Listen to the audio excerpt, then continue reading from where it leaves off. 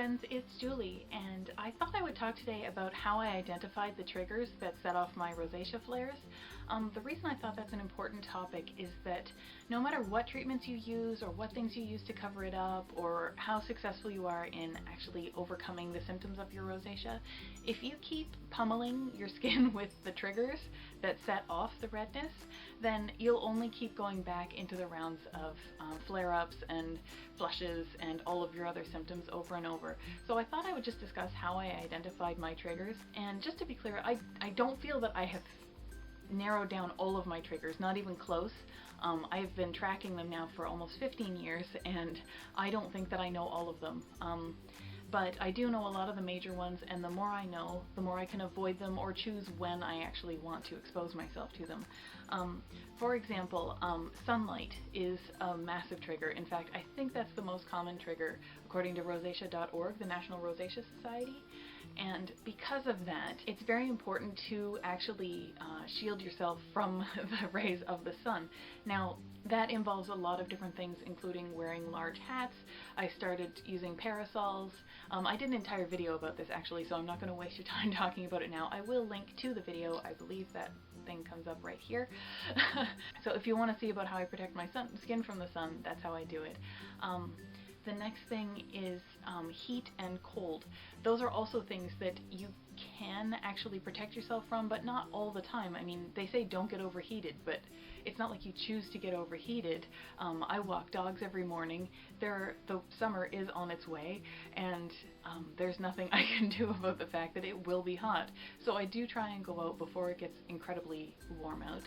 And I do try and wear very cool clothes, and I drink lots of water and things like that, but that is just something that I can't avoid. Same thing in the winter. I walk the dogs anywhere above minus 17 degrees below zero, so you know, nothing I can do about that other than try and use the right products, keep myself warm as much as possible, keep my skin protected. But there are other things that you can actually control. For example, foods. Alcohol is a major one, especially in red wine, but almost all alcohols, even if you apply them directly to the skin, so products with alcohol in them, those are very, very widespread triggers. And by the way, there is no combination of triggers that's the same for everyone. I may have dark chocolate as a trigger and milk chocolate now too, but it might not affect you at all.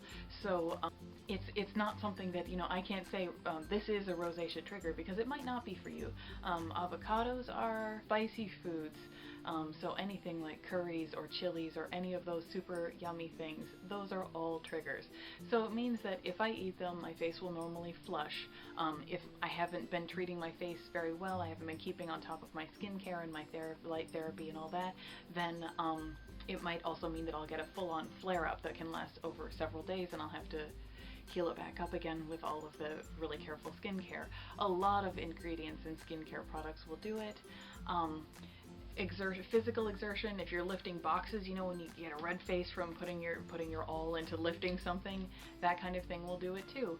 Hot beverages, so anything that produces steam, so hot food, soups, tea, coffee, hot chocolate, any of those things, just the heat rising from it will do it. If you take a bath, if you go in a sauna, if you're in a hot tub, all of those things will raise your heat and can cause rosacea to flush. That's a trigger for a lot of people. That said, there are so many different things. I mean, for the number of foods out there, you never know which one's going to do it. The number of, you know, different ingredients in skincare products, even hormone changes can do it. So what I did to actually start figuring it out and memorizing it and keeping on top of it is I kept a journal, basically a food diary, except it's a everything diary. As soon as I identified anything that I thought was potentially a trigger, I wrote it down, and then I started doing little ticks next to it. So if I did have it again, say I had avocado today and I had a flare-up, I wrote it down. If I had it tomorrow or the next day and I had a flare-up again, I put a little tick next to it. That way I could tell, okay, on all the days I had avocado, this happened. If it doesn't happen when I have avocado, it could be something I often have with avocado, like the type of bread or the type of whatever else I happen to have. So it's all a matter of tracking it and keeping on top of it and keeping your journal. Rosacea.org, as I mentioned earlier, the National Rosacea Society, and this is not a sponsored video, that's just an excellent resource. It has a journal, a diary I think they call it there, that you can either purchase or you can just download the sheet and print it out. So you can download that and start using it, and it helps you to track all of the different things that are most commonly triggers, so you can find out whether they are or are not triggers for you too. And then you can avoid them, or you can't stop eating chocolate. It's impossible. So, you can choose when you're ready to have a bit of a flush or a flare-up based on the foods you love.